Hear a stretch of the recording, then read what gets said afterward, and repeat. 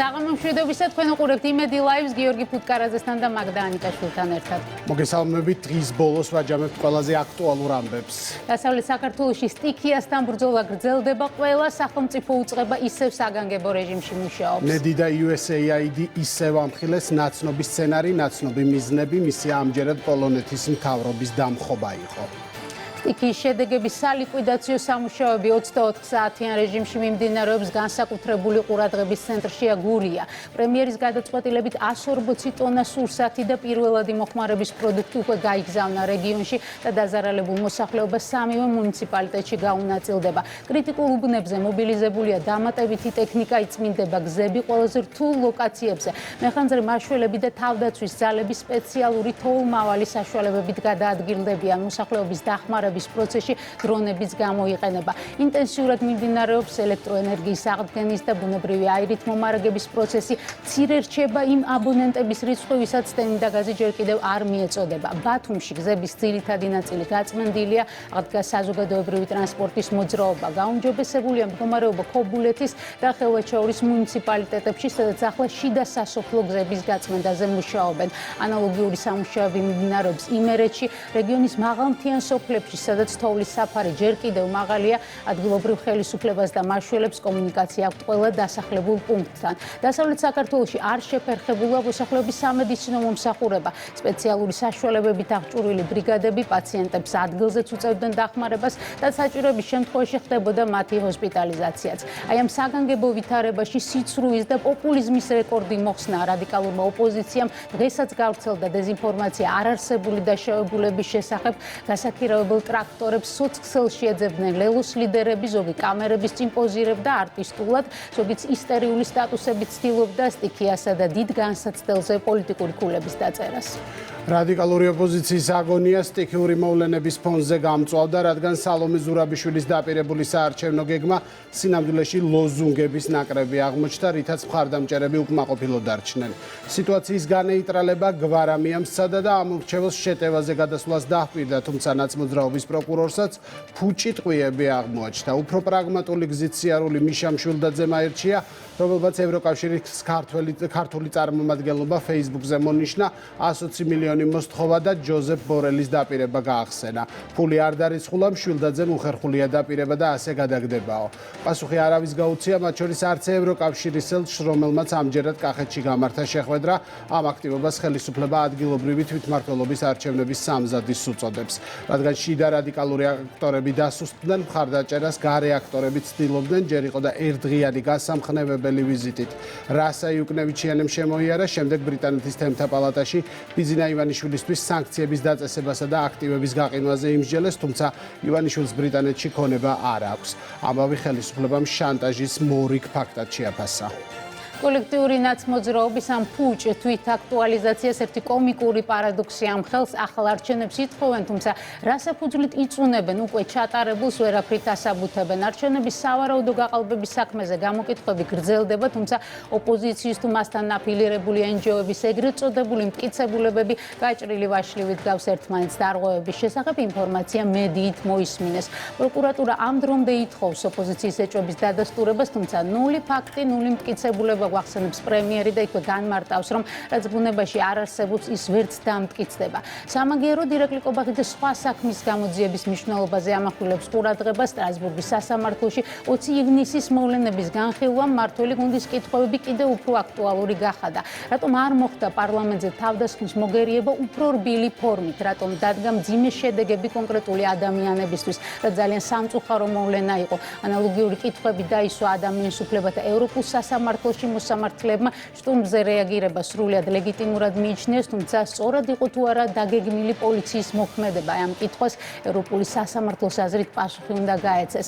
მიმართვის ადრესატი შინაგან საქმეთა ყოფილი მინისტრი გიორგი გახარია იმედის კამერას ემალება, მისი პარტიის წევრები კი მოქმედებენ პრინციპით საუკეთესო თავდაცვა, თავდასხმა და იმედის ლოგოს დანახვისთანავე კონტრშეტევაზე გადმოდიან, რაც არანაირად არ აბათილებს მათი ლიდერის საეჭვო მოქმედებების მთელ სერიას. ქართულ ოცნებაში პანკისის ხეობის სპეცოპერაციას გაიხსენეს ერთ-ერთ ღამის კლუბში შესვლა და ცხადია ნაცმოძრაობის სასარგებლოდ პრემიერის თანამდებობის დატოვება.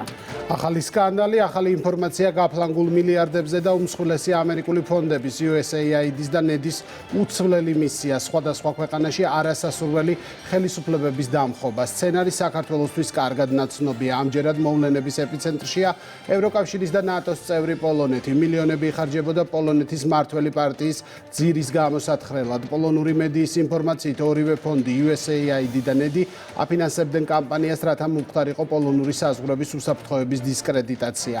ასევე იბრძოდნენ პოლონეთის მაშინდელი მთავრობის წინააღმდეგ და მას არადემოკრატიულს უწოდებდნენ. ორივე ფონდის საქმიანობაზე იმსჯელეს კონგრესშიც. დღეს კიდევ ერთხელ გაირკვა, რომ ფონდები შეთანხმებულად მსოფლიოს სხვადასხვა ქვეყანაში რადიკალური იდეოლოგიების იძულებით თავს მოხვევას ცდილობდნენ, ქმნიდნენ სამოქალაქო აქტივობის დღის წესრიგს და არჩევნებშიც ერეოდნენ. ორივე ფონდს საბიუჯეტო დაფინანსებაზე წვდომა შეწყვეტილი აქვს. ტრამპის ადმინისტრაციამ NED-ის სრული დაფინანსება გაყინა, ხოლო USAID-ის დაფინანსების 90%-ით გაჩერებას გეგმავს. ამას ხელს უწყობს ის ფაქტიც, რომ შტატების უზენაესი სასამართლოს მოსამართლემ დღეს შეაჩერა ფედერალური ინსტანციის გადაწყვეტილება, რომელიც ტრამპის ადმინისტრაციას ფინანსების გაცემას ავალდებულებდა. ახლა კი ვუბრუნდებით სტიქიასთან ბრძოლის პროცესს. სამუშაოები უწყვეტ რეჟიმში ინტენსიურად მიმდინარეობს. სტიქიის ზონაში რჩება შინაგან საქმეთა მინისტრი. დამატებით ინფორმაციას ჩვენ პირდაპირ ეთერში მოგვაწვდის საგანგებო სიტუაციების მართვის სამსახურის უფროსი თემურ მღებრიშვილი. ჩვენი სტუმარია. საღამოშვიდობისა ბატონო თემურ, დიდი მადლობა რომ გვითმობთ დროს. პირველ რიგში ზოგადი ვითარება როგორი არის, თქვენ როგორ აფასებთ სამაშველო ოპერაციას, სად არის ახლა ყველაზე რთული სიტუაცია? საღამოშვიდობის მოგესალმებით. როგორც იცით, დასრულდა საკოორდინაციო შტაბის შეხვედრას ხელმძღვანელობდა შინაგან საქმეთა მინისტრი. გავიარეთ დღის განმავლობაში ჩატარებული ღონისძიებები და დაიგეგმა ღამის განმავლობაში ჩასატარებელი ამოცანები და ღონისძიებები. როგორც თქვენ ბრძანეთ, 24 საათიან რეჟიმში მიმდინარეობს სამუშაოები, როგორც გზის გაწმენდითი სამუშაოები, ასევე საჭიროების შემთხვევაში მოსახლეობასთან კომუნიკაცია და ყველანაირი საჭიროებებში ხელის შეწყობა მოსახლეობას. ბატონ თემურ, რო ვისაუბროთ, იმ სოფლებზე, რომლებიც კვლავ არიან მოწყვეტილი გარესამყაროს, სადაც გზა ჯერჯერობით არ არის, რა სტრატეგიით მიმდინარეობს მუშაობა, როგორ უკავშირდებით მოსახლეობას, რა საჭიროებები არსებობს? პირველ რიგში მოგახსენებთ, რომ გურიის რეგიონის შიდა ცენტრალური მაგისტრალების 80% სრულად არის გაწმენდილი. დარჩენილი 20%-ის გაწმენდა ამ წუთისთვისაც მიმდინარეობს და ვარაუდობთ, რომ ხვალ საღამომდე აბსოლუტურად გაწმენდილი იქნება ცენტრალური მაგისტრალები. ამის შემდეგ მთელი ყურადღება, რა თქმა უნდა, და რესურსი გადატანილი იქნება უკვე შიდა სასოფლო გზებზე, რაც უფრო დააჩქარებს მოსახლეობამდე ბოლომდე შეღწევას. თუმცა მინდა გითხრათ, რომ სრული პასუხისმგებლობით განაცხადა, რომ დღეს სულ რამოდენიმე სოფელია დარჩენილი, სადაც ვერ მოხერხდა ბოლომდე შეღწევადობა და აქედან გამომდინარე ხვალ იგეგმება ღონისძიებები, როდესაც ეს აღნიშნული სოფლებიც აბსოლუტურად უკვე მიღწევადი გახდება. ეს რა თქმა უნდა ხელს არ გვიშლის, რომ საჭიროების შემთხვევაში მოვახდინოთ სწრაფი რეაგირება. თქვენ იცით, რომ ჩვენ რეგიონის მასშტაბით მოწყობილი გვაქვს 6, ასე ვთქვათ, შტაბი, რომელიც 24 საათის განმავლობაში ფუნქციონირებს. შტაბში მობილიზებულები არიან როგორც საგანგებო სიტუაციების მართვის სამსახურის მაშველები, ასევე თავდაცვის ძალები, საპოლიციო ძალები და სამედიცინო დახმარების ეკიპაჟები, რათა დროულად მოხდეს საჭიროების შემთხვევაში რეაგირება.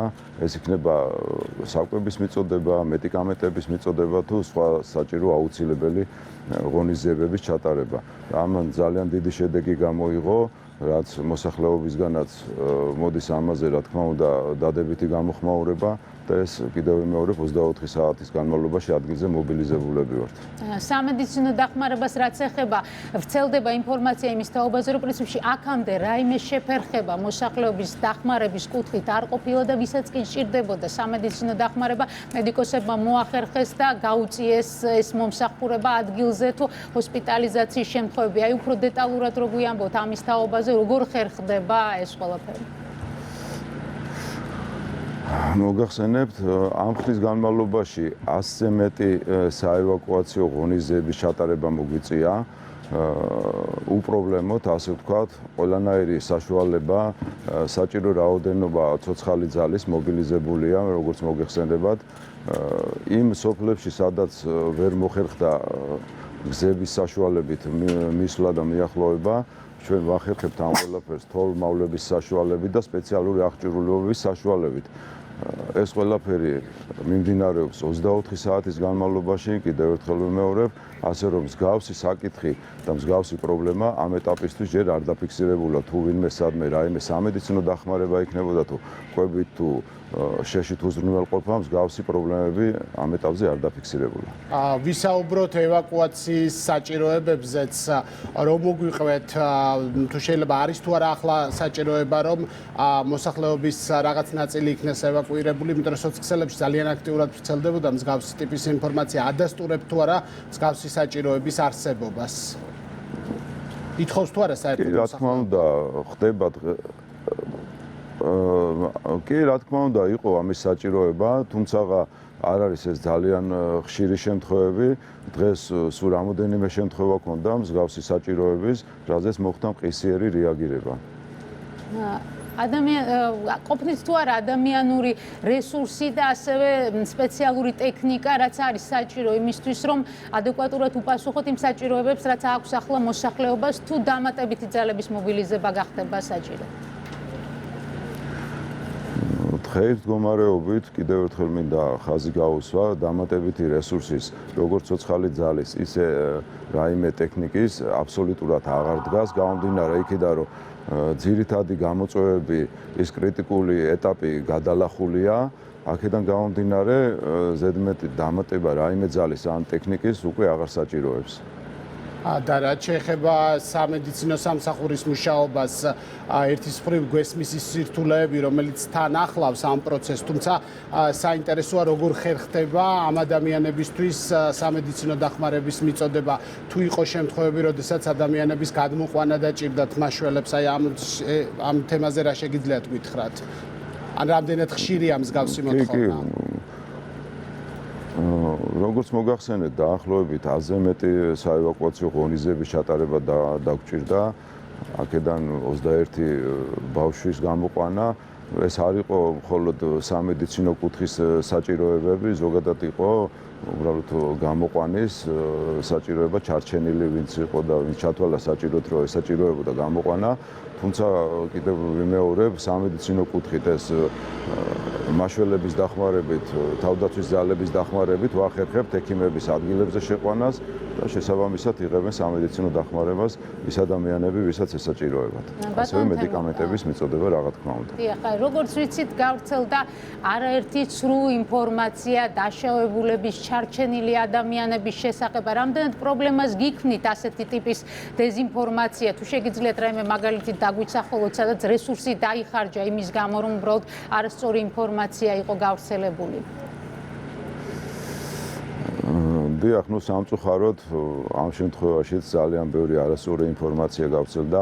უბრალოდ ბუნებრივია ერთი რამ, რომ როდესაც არ არის ელექტროენერგია და შესაბამისად სატელეფონო კავშირები ჭირს, ხშირია შემთხვევები, როდესაც ნათესავები ითხოვენ გადამოწმებას ინფორმაციის, თუ რამდენად უსაფრთხოდ არიან მათი ნათესავები, ვინაიდან როგორც მოგახსენეთ, სატელეფონო კომუნიკაცია ვერ შედგა.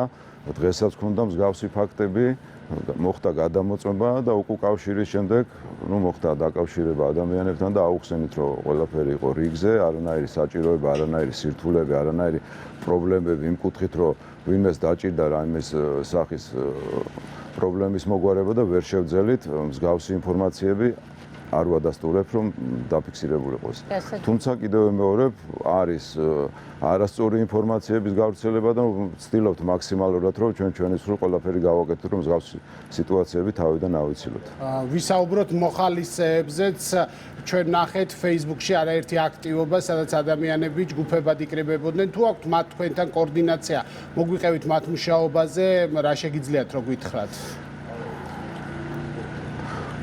პირველ რიგში მინდა ვისარგებლო შემთხვევით თქვენი ეთერით და მადლობა გადაუხადო იმ ადამიანებს, ვინც გამოიჩინა მაღალი საზოგადოებრივი პასუხისმგებლობა, დღესაც ქონდა გარკვეული ღონისძიება, სადაც ჩართული იყო 7 ერთეული თოლმავალი მოხალისეებით, რა თქმა უნდა, და ეს ხდება ჩვენთან კოორდინაციის ფარგლებში და მინდა მოუწოდო ადამიანებს, რომლებიც გადაწყვიტეს, რომ გარკვეული სახით მიიღონ მონაწილეობა სტიქიის ზონაში, აუცილებლად იქონიონ ჩვენთან კოორდინაცია, რათა თავიდან ავიცილოთ გარკვეული გართულებები, ეს რა თქმა უნდა პირველ რიგში მათივე უსაფრთხოების მიზნით, ასე რომ ჩვენთან კოორდინაციით ხდება, რა თქმა უნდა, არიან ჩართული ადამიანები და რაზეც კიდევ ერთხელ მინდა დიდი მადლობა გადავუხადო მათ. ახლა თქვენი მოლოდინი როგორი არის და ის გეგმა, რომელიც დასახულია, რამდენად უზრუნველყოფს იმას, რომ აი ყველაზე კრიტიკული მომენტი იყოს გადალახული და უკვე სირთულეები აღარ შეხვდეთ მეხანძრე მაშველებს და როგორც ვიცით, თავდაცვის ძალებიც გეხმარებიან. აი ყველაზე რთული მომენტი თუ არის დაძლეული და მით უმეტეს, რომ ამინდის პროგნოზიც უფრო დამაიმედებელია, ფიქრობ თუ არა, რომ მალე დასრულდება ეს სამაშველო ოპერაცია. ფიქრობთ, რომ დღეს იყო ყველაზე კრიტიკული დღე და რთული დღე.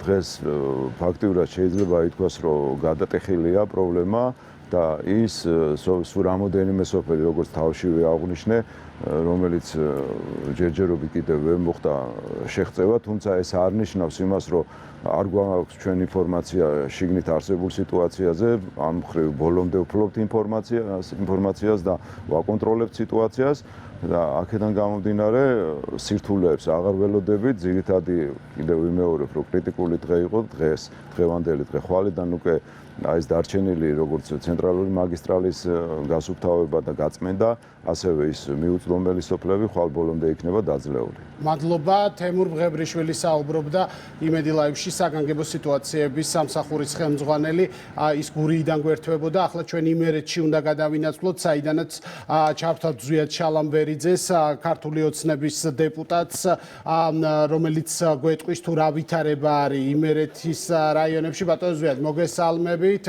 მადლობა, რომ ჩვენი სტუმარი ხართ.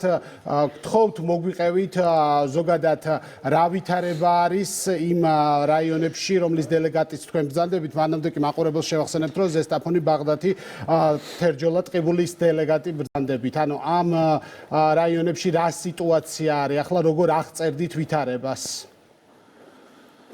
მოგესალმებით, მივესალმებით თქვენს მაყურებელს. ერთი პოზიტივი ამ შემთხვევაში რაც შეიძლება ითქვას, რომ აღართავს და ხვალიდან უკვე ამინდის გაუმჯობესებას ველოდებით, რაც რა თქმა უნდა კიდევ უფრო მეტად ხელშეგვიწყობს იმისათვის, რომ უფრო ესე ვთქვათ, ეფექტურად გაუმკლავდეთ თოვს და სტიქიას.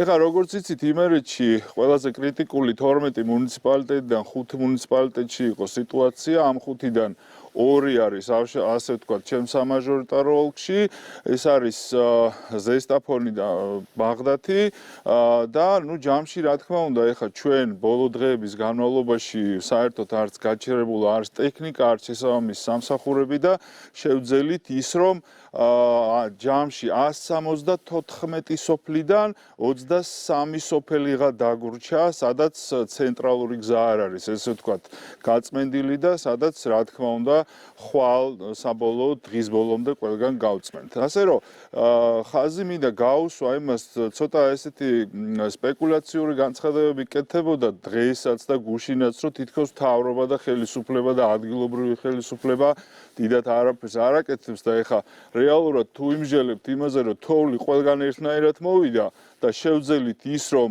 მხოლოდ 13% დაგვრჩა მთელი სოფლების გასაწმენდი ამ 4 მუნიციპალიტეტიდან, ესე იგი დანარჩენ სოფლებში ძალიან აქტიურად მუშაობდით და თავისთავად ეს 13 სოფელი დარჩა ის, სადაც ყველაზე რთულია მისვლა და ყველაზე რთული რელიეფია და ყველაზე დიდია ამ შემთხვევაში თოვლის მასა. რა ვიცით აი ამ სოფლებში მოსახლეობის საჭიროებების შესახებ, არის თუ არა მათთან კომუნიკაცია და რა უჭირთ ახლა ყველაზე მეტად?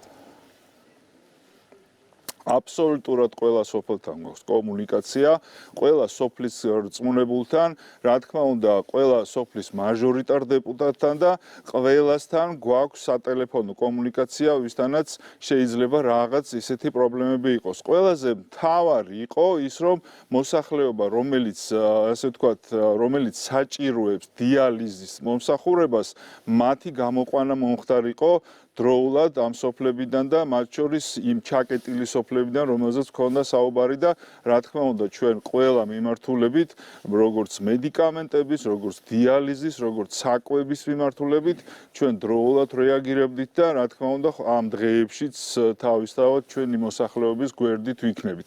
ძირითადი არის მაინც უფრო როგორც ვახსენე და ხაზი გავუსვი იმას, რომ ადამიანები, რომელსაც სამედიცინო მომსახურება სჭირდებათ, მაგრამ ესეთი ბევრი არ ყოფილა, შეიძლება იყოს რამოდენიმე ერთეული მთლიანად და თავისთავად ადგილობრივი მუნიციპალიტეტი და ყველა სამსახური შესაბამისად რეაგირებდა ამ თემას. ანუ შეგვიძლია ვთქვათ, რომ ახლა განსაკუთრებული სამედიცინო საჭიროების მქონე მოსახლეობა არ არსებობს, რომელსაც ახლა დახმარება ჭირდება და ვერ იღებს, ხო? რო დავაზუსტოთ. ეხლაც შემიძლია დაგისახელოთ ორი სოფელი, სადაც ეხლაც მიდის ძალიან ისეთი მძიმე ტექნიკა, რომ იქ ვისაც საჭიროება აქვს ამის, რომ გამოვიყვანოთ და რა თქმა უნდა, რომელი საათიც არ უნდა იყოს, აავლენ დღეს ორივე ზესტაფონზე მაქვს ახლა საუბარი, აავლენ ორივეგან და ორივე ჩვენს თანამოქალაქეს გამოვიყვანენ სოფლიდან, ჩამოიყვანენ მუნიციპალიტეტში. როგორ მიმდინარეობს ელექტროენერგიის მიწოდების აღდგენა და გაზმომარაგება, თუ არის კიდევ დარჩენილი სოფლები, აბონენტები, რომელთაც არ მიეწოდებათ?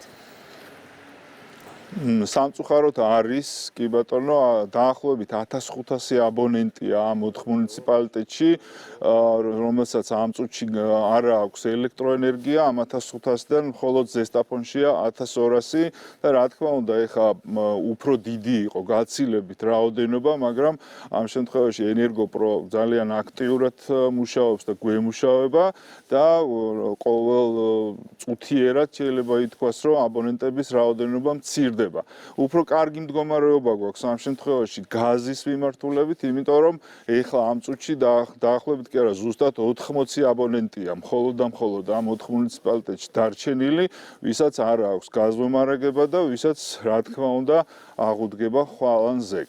ვისაუბროთ ასევე თუ იყო გრევის შემთხვევები ზარალზე, ვინაიდან გურიის შემთხვევაში დაფიქსირდა მსგავსი ტიპის ფაქტები, როდესაც სახლები ჩამოინგრა, სახურავებმა ვერ გაუძლეს თოვლის მასას, ამ შემთხვევაში რა ხდება იმ მუნიციპალიტეტებში, იმერეთში, რომლის დეპუტატის თქვენ ბრძანდებით? დიახ, როგორც იცით, ეხლა ზოგადად თოვლის მასა და თოვლის რაოდენობა იმ სიმაღლეს მიაღწია, როგორიც 10 წლეულები არ ყოფილა არც იმერეთში, არც გურიაში და არც სხვა მუნიციპალიტეტებში და თავისთავად ეხლა ამ შემთხვევაში ზოგმა სახლმა ვერ გაუძლო და ჩვენც გქონდა რამოდენიმე შემთხვევა, თუმცა ეს არ იყო ბევრი, ეს იყო ერთეული, შემიძლია გითხრათ, თუმცა როგორც კერძო სახლების მიღმა გვაქვს ასევე სკოლის დაზიანებაც ზესტაფონში და რა თქმა უნდა, ეხლა როგორც კი მოგვეცემა საშუალება უყოთ, ეს ადამიანები გამოყვანილი გვყავს უკვე იმ სახლებიდან და თავისთავად როგორც კი მოგვეცემა საშუალება, მაშინვე დავიწყებთ ამ სახლების აღდგენაზე მუშაობას. სტიქიასთან ბრძოლის პარალელურად გაჩნდა ესეთი პრობლემა, როგორიც არის დეზინფორმაცია, ცრუ ცნობების გავრცელება, რესურსის არასწორი მიმართულებით გადამისამართება და ასევე გარკვეული ეს კრიტიკა, საყვედურები და პანიკის დათესვის მცდელობები, რაც ძირითადად სოციალურ ქსელში ხდებოდა ხოლმე. როგორ აფასებთ ამ ყველაფერს ოპონენტების მხრიდან? ძალიან სამწუხაროა ერთი რამ, რომ ისეთი შეგრძნება გრჩება ზოგადად საზოგადოებას, რომ ეს ძალები თითქოს ელოდებიან რაღაც ესეთ შემთხვევებს, რომელიც შეიძლება მოხდეს ჩვენს ქვეყანაში და ჩვენ სამწუხაროდ არაერთი გვინახავს რაღაც ადამიანების უბედურებაზე მათი პოლიტიკური დღის წესრიგი აგებული სახელმწიფოს და მთავრობის წინააღმდეგ. და რაღაცნაირად როგორც კი ეს რაღაც მოხდება ჩვენს ქვეყანაში, სვავებივით ყველა ესევა და რაღაც თითქოს რაღაცა ყველამ შეიძლება რაღაც წაჯიჯგნოს და რაღაცა როგორმე ახალი რაღაცა გაჩნდეს ის რომ კიდევ ერთხელ გააკრიტიკონ მთავრობა. მე მივესალმები იმ გულანთებულ ადამიანებს, ნამდვილად გულანთებულ ადამიანებს, რომლებსაც მართლაც უნდა დაეხმარონ ჩვენს მოსახლეობას და გულით მიდიან და მართლაც რაღაც საქმეს აკეთებენ, მაგრამ ვინც ეხა რაღაცა პიარისთვის აკეთებს ამას და იმისთვის რომ თითქოს მთავრობა საქმეს არ აკეთებს და ისინი აკეთებენ, ხოლო ესეთი ადამიანების ჩვენს მუნიციპალიტეტებში და ჩვენს სოფლებში სიარული არ არის საჭირო და იყვნენ თუ შეიძლება სადაც არიან იქ. ხელს ნუ შეგვიშლიან უბრალოდ. თორე ციფრები მეტყველებს იმაზე თუ რას აკეთებს დღევანდელ დღეს ხელისუფლება და ადგილობრივი მუნიციპალიტეტი, ციფრები რომელიც თავიდანვე ვახსენე 174 სოფლიდან სადაც ყველგან იყო თოვლი 23 სოფელი გვაქვს ჯერჯერობით რომელიც არის ცენტრალური გზა გასაწმენდი და ეს ტყუილად და თავისით არ იწმინდება და თავისით არ ხდება ეს ყველაფერი ხო და სოფლების გარდა და მიღმა კი ბატონო შეგვიძლია ვთქვათ რომ ანუ ძირითადი პრობლემები ძირითადი გამოწვევები ახლა გადალახულია ცალსახად შეგვიძლია ვთქვათ და ყველაზე მთავარი ის არის რომ ამ ბოლო დღეებში იმდენად ინტენსიური თოვა იყო რომ ყოველ დილას თავიდან გვიწევდა იგივეს გაკეთება რასაც წინა დღეს ვაკეთებდით ყოველ დილას თავიდან იყო იგივე გზა გასაწმენდი რომელიც დაუშვათ წინა დღეს იწმინდებოდა 2-3 საათში ისე გადათეთრდებოდა ყველაფერი როგორც თითქოს არც ტრაქტორს გაუვლია და არაფერს და სამწუხაროა უბრალოდ ის რომ აი ასეთი ტიპის სტიქიასაც და ასეთი ტიპის ასე ვთქვათ დითოვლიანობას და რაღაცნაირად ისევ სათავისოდ იყენებენ გარკვეული ძალები. დიდი მადლობა ბატონ ზვიად დაგემშვიდობებით მაყურებელს შევახსენებთ რომ პირდაპირ ეთერში გვერდებოდა ზვიად შალამბერიძე ქართული ოცნების დელეგატი ბაღდათის თერჯოლის ზესტაფონის და ტყიბულის მუნიციპალიტეტებში მერეთში შექმნილ ვითარებაზე ვსაუბრობდით ახლა კი მივესალმებით იმედილავის სტუდიის სტუმარს შემოგვიერთდა ირაკლი ქადაგიშვილი პარლამენტის თვითმმართველობის კომიტეტის თავმჯდომარე საღამოშვიდობისა მივესალმებით ჩვენს მაყურებელს მადლობა რომ ხართ დღეს ჩვენთან ერთად პოლიტიკური ოპონირების ნაწილი როდესაც ხდება სტიქია და მოსახლეობის დახმარება ეს ალბათ განსაკუთრებულად ხსნის და რაღაც დასკვნების გაკეთების შესაძლებლობას გვაძლევს რა ტიპის პოლიტიკურ ბრძოლაში იმყოფებით ახლა ოპონენტებთან ხო როგორ აფასებთ ამ მოვლენას ეს არ არის პოლიტიკური ბრძოლა მოდი ამას პირდაპირ თავის სახელი დავარქვათ ეს არის ერთ-ერთი შემადგენელი ნაწილისა ქვეყნის სახელმწიფოს და ზოგადად სოციალური ქსოვილის ჩამონგრევისკენ მიმართული აქედან გამომდინარე, ვისაც ესეთი გეგმა აქვს, ტოტალური დაპირისპირება სახელმწიფოსთან, ხელისუფლებასთან, ტოტალური რღვევა, სოციალური ქსოვილის სექტორ. სოციალური ქსოვილი გაცილებით უფრო ფართო არის და უფრო ღრმა რამ არის, ვიდრე რაღაცა პოლიტიკური გემოვნება, ვინ რომელ პარტიას აძლევს ხმას ან ვისი სიმპათია. აქ საუბარი არის, რომ ტოტალურად მოსახლეობაში უნდა აპათია დაიბადოს. ანუ სოციალური დაუცველობის ტოტალური სინდრომი უნდა გამეფდეს მოსახლეობაში. ამას ქვია სწორედ სოციუმზე შეტევა. ეს აღარ არის მარტო პოლიტიკური, ასე ვთქვათ, ოპონენტის წინააღმდეგ გამართული რაღაცა პაიკრობა. ეს არის სოციუმზე შეტევა, რომ სოციუმს სრული აპათია ასე ვთქვათ, მაგრამ თქვენი ოპონენტები ამას ძალიან კეთილშობილური მიზნებით ხსნიდნენ, რომ ახლა ხალხს დახმარება ჭირდება და ჩვენ მაინც დავეხმაროთ. აი დაახლოებით ასეთი გზავნილები იყო მთელი ამის განმავლობაში. ითით რა არის, როდესაც ადამიანს გინდა ამბობ რომ არის საერთო გაჭირვება, ხო? და გინდა რომ დაეხმარო, მაშინ ნიშნის მოგებით ნუ დაეხმარები. ადექი წადი და აიღე ერთი უბანი და დაეხმარე იმ ერთ უბანს. აი ხა ბატონი ზვიადი საუბრობდა და მეც ერთ-ერთი ჩემი მეგობარი მიყვებოდა რომელიც გურიაში არის ამჟამად ღამე რო გადმოთოვლით სახურავსო დილა 70 სანტიმეტრი თოვლი ისევ ხვდებოდა. ანუ ფაქტობრივად ეს არის რუტინული რო იტყვიან ყოველ დღიური შრომა რომ ერთხელ გადათოვლილი ან ერთხელ გაწმენდილი ხელახლა გაწმენდო. და ამას ყველაფერს რა თქმა უნდა მოხალისის დონეზე მარტო ვერ შეასრულებ. აქ სწორედ სახელმწიფო რესურსი ჩაერთო, მთელი ძალით, ორგანიზებულად, თანმიმდევრულად მოხდა ამის გაკეთება. აქედან გამომდინარე კიდევ ერთხელ ვიმეორებ, რომ ვისაც უნდა კეთილი საქმის კეთება, ის ყველაზე ნაკლებად, ასე თქვათ, არის ამ შემთხვევაში Facebook-ზე რო იტყვიან აჟიტირებული. ან ყველაზე ნაკლებად იშვერს ხელს ხელისუფლებისაკენ ის საქმეს აკეთებს, ან ავტონომიურად, ან ხელისუფლებასთან ერთად. შევახოთ ახლა პოლიტიკურ მოცემულობას, რომელიც გვაქვს პრინციპში ოპოზიციურ სპექტრზე რო გავაკეთოთ აქცენტი, გარკვეულ გაერთიანებებზეც არის საუბარი, არჩევნებისთვის მოსამზადებელი და ახალ არჩევნებამდე მისასვლელი გეგმა საკუთარი გამოაქვეყნა სალომე ზურაბიშვილმა პოლიტიკური შეტევის შესახებ განაცხადა ნიკა გვარამიამ. როგორ ფიქრობთ ახლა რა სტადიაშია ეს კოლექტიური ნაცმოძრაობა და რეალურად რაიმე რესურსი აქვთ, რომ პოლიტიკური პროცესი დაძრან მნიშვნელოვანი? მე ვფიქრობ, რომ დღეს ისინი არიან აი ფრუსტრაციის მომენტი დაუდგათ, ანუ არიციან ამ მოცემულობაში კონკრეტულად რა გააკეთონ. თვითონ ზოგადად საქართველოს გარშემოც გეოპოლიტიკური ვითარება ხედავთ ყველა რომ გარკვეულწილად იცვლება, მათი სიცოცხლის უნარიანობა დიდწილად დამოკიდებული იყო სწორედ საგარეო, ასე ვთქვათ, ჩარევაზე და საგარეო ზეწოლაზე.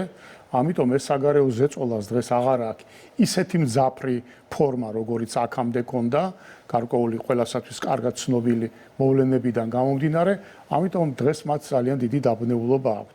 ეხლა ის რომ რიგარეში არჩევნები, რომელზეც ისინი პერიოდულად საუბრობენ, არანაირ საფუძველს თავის თავში არ ატარებს, ეს მათაც კარგად იციან, აი პროკურატურაში მიმდინარეობს უკვე ამდენი ხანია გამოძიება და ერთმა ადამიანმა ვერ მიიტანა ერთი რამე კონკრეტული ინფორმაცია თუ ამ არჩევნებში რა იყო ან გაყალბებული ან ისეთი, რამაც ოდნავი ზეგავლენა მაინც მოახდინა არჩევნების შედეგებზე, ხო? ამიტომ აქ ეს ლაპარაკი უკვე წყლის ნაყვარი. მე ვფიქრობ, რომ ალბათ ეხლა ამათ აქვთ აი ეს რო იტყვია გარდამტეხი ერთგვარი პერიოდი, რაქნან ადგილობრივი თვითმმართველობის არჩევნებში მიიღონ მონაწილეობა თუ არ მიიღონ. ანუ არჩევნების თემა ეხლა უფრო უკავშირდება, მე ესე ვფიქრობ თვითმმართველობის არჩევნებს. თვითმმართველობის და ოპოზიცია იცდება თქვენი აზრით ძალების გაერთიანებას ამ მიმართულებით. იცით რა არის, ჯერ უნდა ჩამოყალიბდნენ საერთოდ მიიღებენ თუ არა ამაში მონაწილეობას, იმიტომ ესენი ხედავენ დიდ რისკს, რომ ადგილობრივი თვითმმართველობის არჩევნებში შეიძლება კიდევ უფრო სერიოზულად დამარცხდნენ. ამ რისკს ხედავენ. ჩვენ ახლა რატო ამბობთ ამ ადგილობრივ თვითმმართველობის არჩევნებს? თუ გავიხსენებთ 2020 წლის ისტორიას, როცა ანალოგიურად ბოიკოტი გამოუცხადეს და ჩვენ მაინც ბოლომდე რო იტყვიან გავყევით მათ თანამშრომლობისკენ ხელი გაუწვიეთ, იგივე შალმიშელის ხელშეკრულება და ასე შემდეგ. იქ სწორედ თვითმმართველობის არჩევნების თემა იყო იმ ხელშეკრულებაში გავახსენოთ ჩვენს მაყურებელს, რომ თუ ქართული ოცნება 53%-ს ხმებს ვერ გადალახავდა, მაშინ ახალი საპარლამენტო არჩევნები უნდა დანიშნულიყო და ჩვენ ამ რისკზე წავედით. ეხლაც ეს ადგილობრივი თვითმმართველობის არჩევნებში არანაირი ვალდებულება არავის არ აქვს, მაგრამ პოლიტიკური, ასე ვთქვათ, ის დგება ხო შეფასების მომენტი. თუ ოპოზიციას აქვს იმის თავი, რომ გაიმარჯვოს ადგილობრივ თვითმმართველობის არჩევნებში, ეს მას ძალიან დიდ პოლიტიკურ დივიდენდებს აძლევს. თუ დამარცხდება, ჩათვალეთ, რომ მთელი მათი ეს პოლიტიკური კაკაფონია, მე ამას ესე დავარქმევ, საერთოდ გარიყული ხდება მათი პოლიტიკური მომავალი. არჩევნებზე უარის თქმაც ხო პოლიტიკური თვითმმართველობის ტოლფასი იქნება. რა თქმა უნდა, იმიტომ რომ საბოლოო ჯამში ამას მათი, ასე ვთქვათ, მკვებავი და მართველი გარე ძალებიც ვერ აღიქვამენ ბოლომდე ნორმალურად, იმიტომ რომ მაინც გინდა არ გინდა არჩევნები არის ის მექანიზმი, რომლითაც ეს ხელისუფლებაში ცვლილებები უნდა მოხდეს. ამიტომ დღეს არიან ამ გაურკვევლობაში, საერთოდ მიიღონ თუ არ მიიღონ და უკვე მეორე საკითხი არის, თუ გადაწყვეტენ ან დაავალებენ, როგორც უფრო რეალურად ხდება ხოლმე არჩევნებში მონაწილეობას, რა კონფიგურაციით გავიდნენ ეს ასე ვთქვათ, უფრო ზაფხულისკენ იქნება ეს საკითხი შემოდგომის პირას აქტუალური, როდესაც არჩევნები უკვე რო იტყვიან დღის წესრიგში დადგება. მაგრამ კიდევ ერთი მნიშვნელოვანი საკითხია ფინანსების ამბავი. ეხლა დღესაც, როდესაც გადაცემას ვიწყებდით, მაყურებელმა მოისმინა ინფორმაცია ორი დიდი მსხვილი ფონდის შესახებ, რომელსაც ამერიკის საბიუჯეტო დაფინანსება შეეწყვიტა და ეს ფონდები პრინციპში შეიძლება ითქვას რადიკალურ ოპოზიციასთან სინქრონულად მოქმედებდნენ სხვადასხვა ტიპის ტრენინგების დაფინანსებით, მათ შორის, რომლებიც საბოლოო ჯამში პერიოდში თითქოს სასწავლო იყო და მე აღმოჩნდებოდა რომ მათ შორის ის ცნობილი ჩანაწერი რომელიც სუსმა გაავრცელა ყველას გვახსოვს ხო დაახლოებით ეს იყო წელიწად ნახევრის წინ საინტერესოა ამ ფინანსების ამერიკული წყაროს გადაკეტვა რაიმე ფორმით იმოქმედებს თუ არა ამ პარტიების აქტივიზმზე და რადიკალიზმზე პირველ რიგში ცით რა არის რომ აუცილებლად იმოქმედებს ანუ იმოქმედებს იმ გაგებით რომ გარე ანუ რა არის ეს გარე დაფინანსება აი საბოლოო ჯამში ხო ვავიღოთ გარე დაფინანსება კლავს ქართველი ხალხის ნებას იმიტომ რომ გარე დაფინანსება მიმართული არის რაღაც გარე ინტერესების დასაკმაყოფილებად რომელიც რა თქმა უნდა ქართველების ხელით უნდა შესრულდეს და ამ შემთხვევაში ჩვენ დავინახეთ რომ არჩევნები ჩატარდა არ გაყალბებულა ყველას ჰქონდა მონაწილეობის და ხმის მიცემის უფლება და იმის გამო რომ გარე დამფინანსებელმა თავისი შედეგი ვერ მიიღო დღეს ქვეყანას ასე ვთქვათ გარკვეული ესეთი ზეწოლის ქვეშ ამყოფებს ამიტომ ეს არის კონტრპროდუქტიული არა მარტო სახელმწიფოსათვის არამედ ზოგადად იგივე დემოკრატიისათვის ეხლა რაც შეეხება იმას რომ ექნება თუ არა ფინანსები მოდი ერთ რამეს დავაკვირდეთ ხო პოლიტიკური პარტიების სიმრავლე საქართველოს არასდროს არ აკლდა როგორც კი ასე ვთქვათ დამოუკიდებლობის ასე ვთქვათ სიორო უკვე კარგად დაუბერა საქართველოში პარტიები კარგად წამოვიდნენ და მრავალი იყო მათ შორის ახლა ტელევიზია არ არსებობდა მაგრამ სხვადასხვა ბეჭდვითი ორგანოებიც მრავლად წარმოვიდნენ მაგრამ ყოველთვის იყო ერთი პრობლემა რომ დიდ ბიზნესს შეზღუდული ქონდა დიდ პოლიტიკაში ღიად თუ ფარულად მონაწილეობა. ნუ განსაკუთრებით ამან ნაციონალური მოძრაობის დროს ტოტალური აკრძალვის ხასიათი მიიღო. დღეს ჩვენ ხედავთ ერთ ყველაზე მნიშვნელოვან საკითხს, რომ დიდი ბიზნესი თავისუფლად არის ჩართული პოლიტიკაში. ან პირდაპირ უშუალოდ არიან პოლიტიკური ლიდერები, ან აფინანსებენ ტელევიზიებს, არასამთავრობო ორგანიზაციებს, პარტიებს, სოციალურ აქტივობებს და ასე შემდეგ. ასე რომ ფინანსების ნაკლებობა აქ ვისაც უნდა რომ საქართველოში რეალურად ასე ვთქვათ ქართული დემოკრატია და ქართული პოლიტიკური ცხოვრება წარმართოს ამის ნაკლებობა და დეფიციტი ნამდვილად არ არის ამის აკრძალვაც არ არის ასე რომ აქ ამ შემთხვევაში რო იტყვიან მატერიალური პრობლემები არ უდგას ოპოზიციას ოპოზიციას უდგას უფრო მეტად სოფლმხედველობრივი მორალური და პოლიტიკური ასე ვთქვათ პოზიციონერების პრობლემა. აი ეს არის მათი მთავარი პრობლემა. მატერიალური მხარე აქ ამ შემთხვევაში მეორადია და ზოგადად ისედაც ესია მთავარი არის ჯერ სწორი პოლიტიკური პოზიციონირება, ეს არის აუცილებელი პირობა, მაგრამ არასაკმარისი, როდესაც პრაქტიკულ ასე ვთქვათ საქმიანობაზე გადადიხარ, იქ ფინანსები, მატერიალური მხარეც საჭიროა, მაგრამ თუ არა გაქვს პოლიტიკური სწორი პოზიციონირება ჩვენ ხედავთ რომ უდიდესი ფინანსური რესურსის მატარებელი იყო არსებული ოპოზიცია, მაგრამ მიიღეს სისხლები, რაც მიიღეს. და სანამ დავასრულებთ ინტერვიუს, შევეხოთ იმ მასშტაბურ გეოპოლიტიკურ ცვლილებებს, რასაც თვალს ვადენებთ ახლა გლობალურ დონეზე. ჯერჯერობით ბრიუსელზე არ ვრცელდება ეს ცვლილებები, იმიტომ რომ ხედავთ რომ მათი პოზიციები უცვლელია საქართველოსთან მიმართებაში, მაგრამ როგორი უნდა იყოს მოლოდინი საბოლოო ჯამში, აი ეს სურათი, რომელიც ჯერ არ ვიცით როგორი იქნება საბოლოოდ რა გადანაწილებაზე იქნება საუბარი საბოლოო ჯამში, მაგრამ ეს საქართველოს რა ამოცანებს უსახავს, როგორი არის ჩვენი ეროვნული ინტერესები და როგორ უნდა გამტკიცდეს კიდევ უფრო მეტად სუვერენიტეტი ამ მერყევ სამყაროში. ძალიან ფართო საკითხია, შევეცდები მოკლედ ვასახოთ. მე ვფიქრობ, რომ ასე ვთქვათ, გეოპოლიტიკაში შემოდის ახალი, რო იტყვიან, მეინსტრიმი, ეს არის გეოეკონომიკა. და ტრამპმა ამასთან დაკავშირებით ყველაზე უფრო პირდაპირი, მკაფიო და ღია განცხადებები გააკეთა. რა თქმა უნდა, ყველა ომს და ყველა ომის გარშემო, ასე ვთქვათ, შეკრებილ სახელმწიფოებს და ძალებს თავის ინტერესები გააჩნიათ, არა მარტო პოლიტიკური, მათ შორის კონკრეტული მატერიალური ინტერესებიც. ტრამპმა ეს ყველაზე პირდაპირი ტექსტით ისაუბრა ამასთან დაკავშირებით და ის საკითხს სვავს ესე. მე მივახცევ მშვიდობას, იმიტომ რომ ეს ომი არის ომი, რომელიც კონტრპროდუქტიულია ყველასთვის. ნუ უკრაინაზე აღარ არის საუბარი, იმიტომ იმისთვის კონტრპროდუქტიული კი არა, ნუ დამანგრეველი არის, ასე ვთქვათ, ხო? მაგრამ არავისთვის ეს ომი სიკეთის მომტანი არ არის. გამარჯვებამდე ბრძოლა, ანუ კრემლის და მოსკოვის აღება ეს ნიშნავს, რომ მეორე მსოფლიო ომი გარანტირებულად უნდა სახეზე გქონდეს. ამიტომ ესეც ერთგვარი, როგორ გითხრათ, სრული ფანტაზიის სფეროდან არის.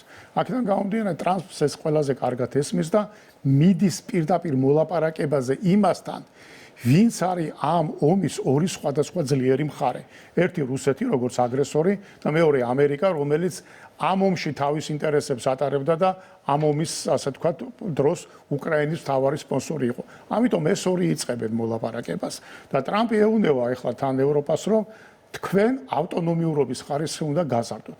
რას ნიშნავს ევროპისთვის ავტონომიურობის ხარისხის გაზრდა? ჩვენ ხედავთ, რომ ევროპა ახლა არის დაბნეულობაში.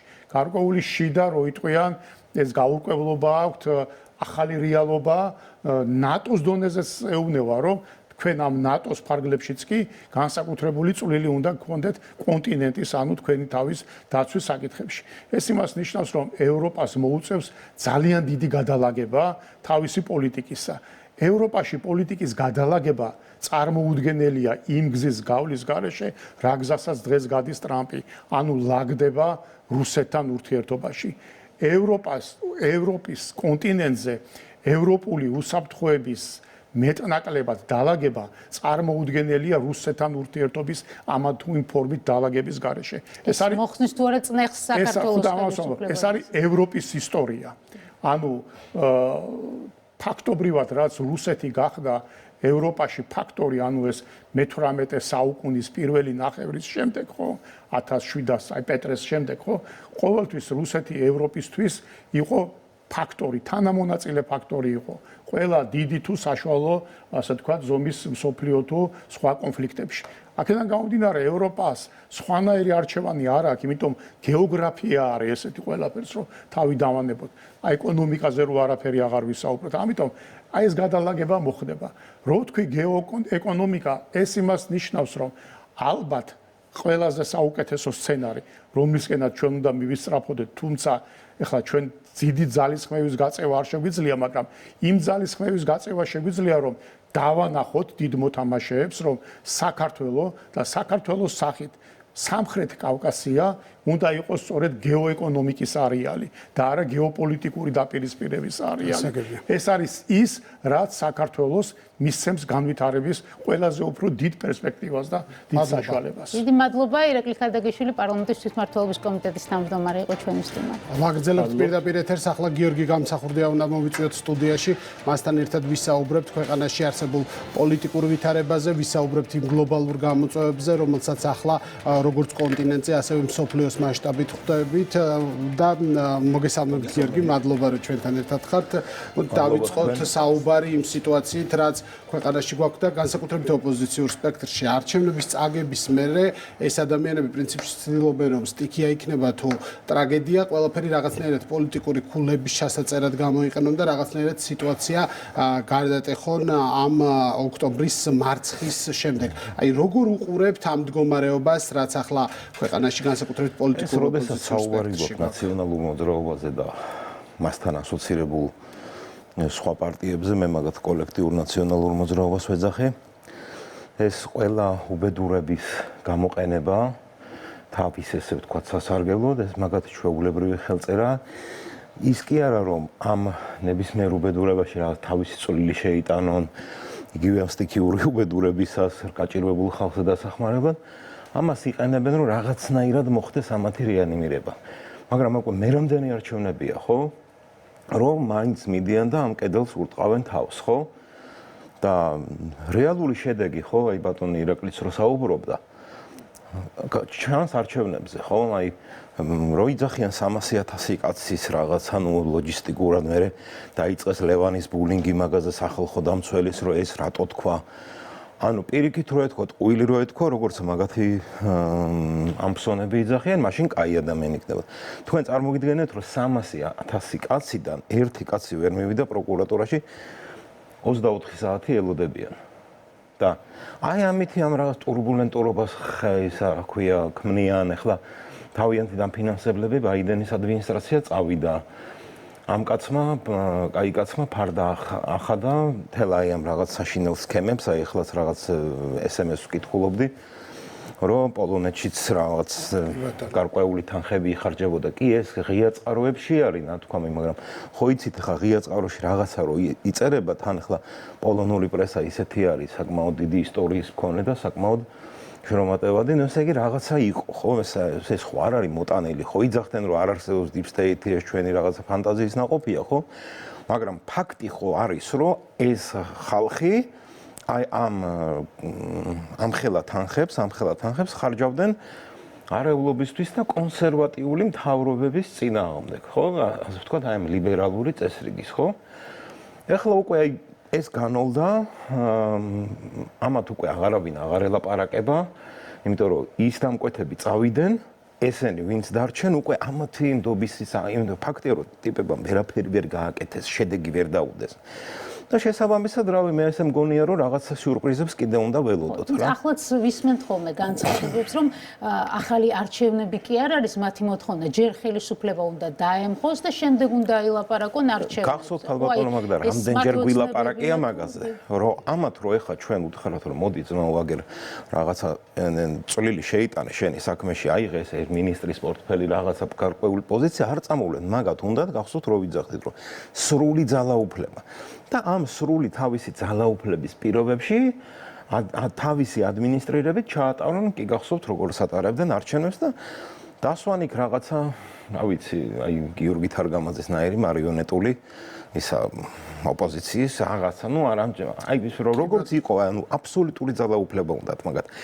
აი ეს ახალი არჩევნები ხო, ჯერ ვინ ჩაატარებინებს და ვინ ჩაუტარებს, ახლა მაგათ ჭკუაზე გავიაროთ, რომ არჩევნები არა ისა, თვითონ სახში აირჩიონ ერთმანეთი, ხო და ეგ არ აწყობთ, ანუ თვითონ უნდათ რა. თქვენ სიურპრიზები ახსენეთ, აი რას გულისხმობთ? სიურპრიზები, ნუ რა ვიცი, მე უფრო მგონია, რომ რაღაც კიდე უფრო რადიკალიზაციაზე წავლენ რა.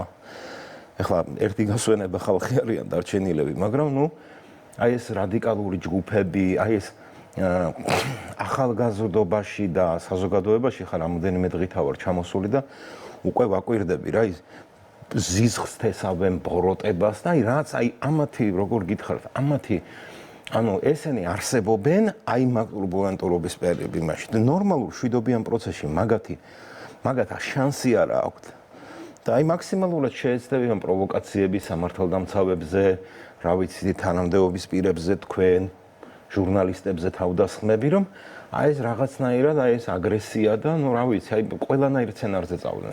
კი ბატონო, მაგრამ აქ კიდე ბევრი რაღაცა არიცით, რაღაცებს აიხდება კიდე მალე ხარდა. მნიშვნელოვანი ფაქტორია დაფინანსების წყაროებიც, ხო? საუბრის დასაწყისში ვახსენეთ მათ შორის USAID-ის და NED-ის შეწყვეტილი დაფინანსება.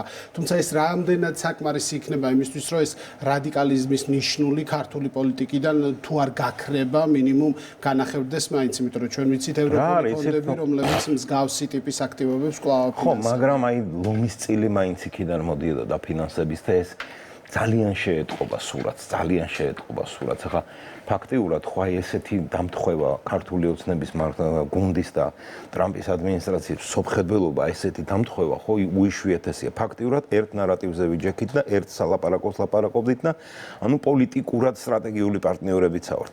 გამორიცხულია რომ ამერიკიდან რაღაცა თანხა წამოვიდეს ჩვენ საწინააღმდეგო, მაგრამ მართლაც ვზანებთ ახლა არსებობს ის ევროპული ფონდები, რომლებსაც მაგრამ ის შედეგი არ ექნებათ. თუ არ იქნება იქიდან ხარდაჭერა ის ესენიც ეს ევროპული ფონდებიც და ეს ეგრეთ წოდებული მათი პარტნიორები მილევად რეჟიმში არის ხო ხედავთ გერმანიაში რა ხდება საფრანგეთში რა ხდება და როგორი პოლიტიკური პროცესები ვითარდება ისენიც ახლა არ გაიფუჭებენ საქმეს რა რომ ადგენდა ის რა ქვია ნუ ხო ამერიკა გაისვრია ხო არც ამერიკელებს ნების წინააღმდეგ აი რა ძალიან მიზერულ ფულზე არის აქ საუბარი. ძირითადი წილი იყო მაინც USAID და ეს დაფინანსების წყაროები. რას ფიქრობთ აი საჯარო მხარდაჭერაზე იმ პოლიტიკოსების მხრიდან ვინც არიან ტრადიციული მეგობრები ამ კოლექტიური ნაცმოძრაობის ახლა რასე იუკნევიჩიანი იქნება თუ ჯო ვილსონი ისინი საჯარო სივრცეში მაინც აქტიურობენ რა არ მეყვარს ხოლმე რა უფროსი ადამიანია და ახლა ნუ აი მის Twitter-ს და მის პუბლიკაციებს პლატფორმა X უფროსად რო შეხედავთ მან და აღარ არის უკვე რამეზე საუბარეს მაისური შიგნი და აქ რაღაცა 3-4 მედალი და რაღაც ნუ და თქვენ წარმოგიდგენიათ ეგეთი აბსურდი რომ ღამე იღვიძებს და რაღაცას იმას წერს, რატო იცი, სადახ მე არ მახსოვს და მაგას სადახსოვს ხო ორი პარასკევი გადარჩენია ღმერთმა დიდხანს საცოცხლოს და მაგრამ აი მაგ დონეზე აი რა იყო ეს ხო იყო ჯერ ფული გადაიხადეს იქ ჩასვლაში ამ ინაგურაციაზე და აი მე შემრცხვარა აი ეს ორი სულელი რო იქ იდგეს ხაზარაძე და ჯაფარიძე მართლა სამარცხვინო სანახავი იყო რაღაცა ქვეყნის პონჩის რა და სალომე კიდე ნუ რა ვიცი იქ სელფებს იღებდა და ნუ რა გაგიჟდა ეგ ქალი რა ხო ვიძახი რომ ეგ არ არის დაგებული თქო და კიდე უფრო გაღრმავდა. მასზე ჯერ კიდევ ლაპარაკობენ აი მე ვინც ვახსენე ის ფიგურები როგორც ხო, აი დაპატიჟებს ხოლმე ამ იმებს რა ქვია, აცტუპნიკ რაღაც გადამდგარ ვიღაცა ელჩებს ვიღაცა თათბირებს აწყვ. ასე ვთქვათ რუსულ სიტყვას ობრას გავს რომ ვითომ რაღაცა შეუულია რა სალომერის სალომე საერთოდ ხო. თავი შეირცხვინეს აი ინაგურაციის კადრები ხო ნახეთ ვინ ეპატიჟებს ჯო ვილსონი ხა მე რო ჩემი მეზობლის შვილის დაბადების დღეზე დაგპატიჟოე დაახლოებით ეგეთი რაღაცა არის რა. კი ბატონო, მაინც რო შევაჯამოთ ჩვენი საუბარი, თქვენ ამბობდით საუბრის დასაწყისში, რომ რაც უფრო მცირე რაოდენობით რჩებიან, მით უფრო შეიძლება რადიკალური პროცესები ვიხილოთ, მაგრამ თან ამასთანავე მოდის თვითმმართველობის არჩევნები, რომელშიც ორი გზა აქვს ოპოზიციას, ან საერთოდ არ მიიღოს მონაწილეობა, რაც ავტომატურად ველიდან გაუჩინარებას ნიშნავს, იმიტომ რომ მათ უმრავლესობას უბრალოდ მანდატიც აღარ აქვს, ან მიიღებენ მონაწილეობას ადგილობრივ თვითმმართველობის კიდე ერთხელ განადგურდებიან. ჩემი აზრით ეს ბურატინო ეს გახარია შევა პარლამენტში, მაშინ დაწერდა ეგეც და ჩააბარებდა. ანუ პროცესის შიგნი ესენი შემოვლენ რა, ვისაც მაგაში ფული აქვს დახარჯული და რაღაც ეს ვიცი ხა გახარია როგორი ისეთი აროგანტი ისეთი ტიპია, მაგის ალაუფლების გარეშე ეს მოწონს რა ეგ აი გამორიცხული თავს ბორტის იქით არ დაიტოვებს რა. გასაგები, მადლობა. მადლობა გიორგი დამსახურდია იყო ჩვენი სტუმარი, იმედი ლაივი ამით დასრულებულია ნახვამდის. ჩვენ დავბრუნდებით კვირას 23 საათზე, მადლობა რომ გიყურებთ.